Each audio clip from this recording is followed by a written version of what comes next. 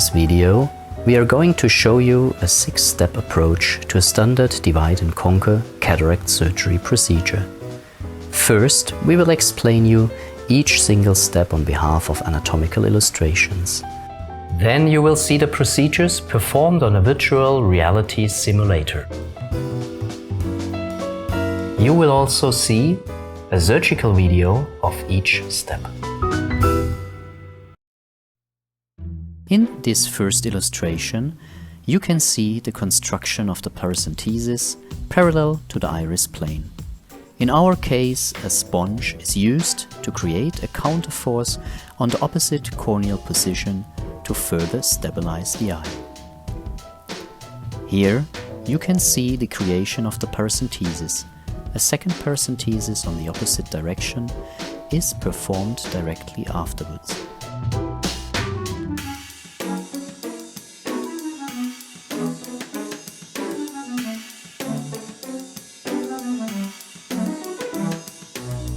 Viscoelastic substance is positioned in the anterior chamber before proceeding with the main incision.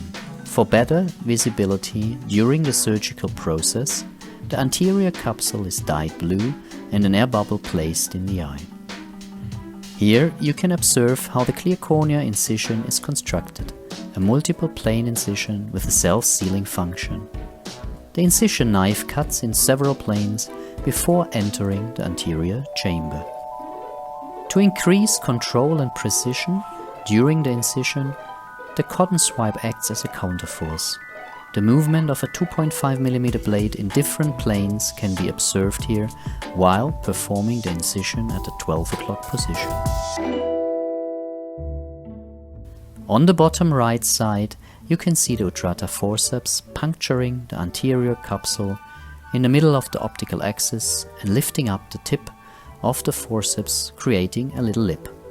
This lip can then be grasped with the forceps and turned counterclockwise to create a circular opening of the anterior capsular bag. The diameter should be around 5 mm and as circular as possible. A too small or too big rhexis should be avoided. You can see the performance of a round rhexis with several regraspings at the rhexis margin to perform a round rhexis.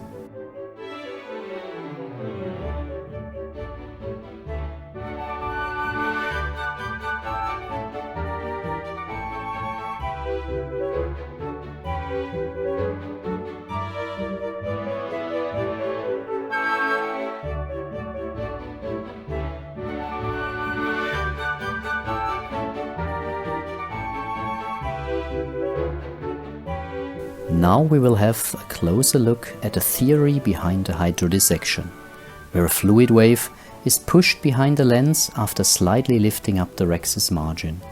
The goal is to achieve loosening of the cortex from the capsular bag. In the hydrodelineation procedure, the nucleus is loosened from the surrounding cortex, which is performed directly afterwards. Here you can see the golden ring. This indicates that the procedure is done correctly. First, you can see the position of the estimated sculpting depth and width of the grooves created by the phaco probe. Then, like you can see on the right hand side, you can move on to positioning the instruments deep in the groove to finally crack the nucleus, pushing both instruments away from each other.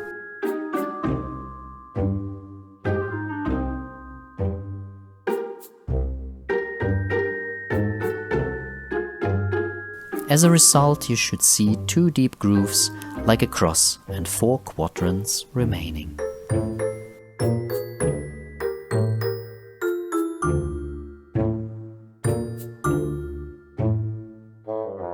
Based on the preparation of the 4 quadrants, you can see the surgeon removing the cracked quadrants one after another.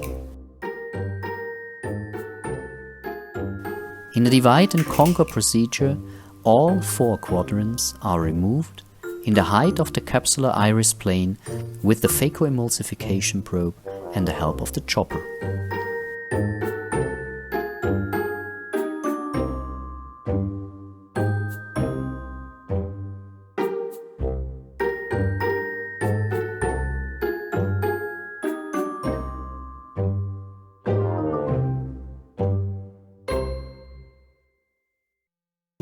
Now, the surgeon needs to irrigate and aspirate to remove the residual cortex out of the peripheral capsular bag.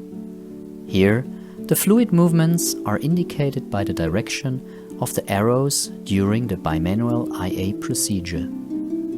Blue illustrates the BSS movement into the eye during irrigation, and yellow the fluid movements out of the eye during aspiration.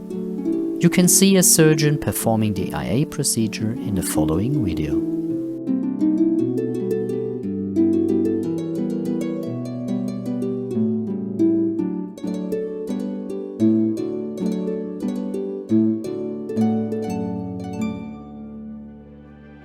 After filling the capsular bag with viscoelastic substance, you can see the intraocular lens implanted directly into the capsular bag. The remaining viscoelastic substance has to be removed with IA to avoid postoperative intraocular pressure spikes.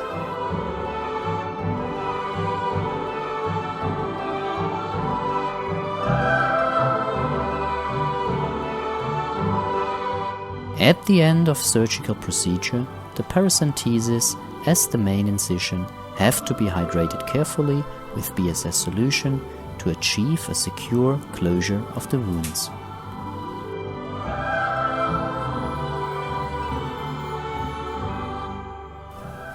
In conclusion, we are now showing you the 6 single steps one after another on behalf of surgical videos to get the whole picture of the surgery. We hoped you enjoyed our teaching video to cataract surgery, and good luck in your surgeries.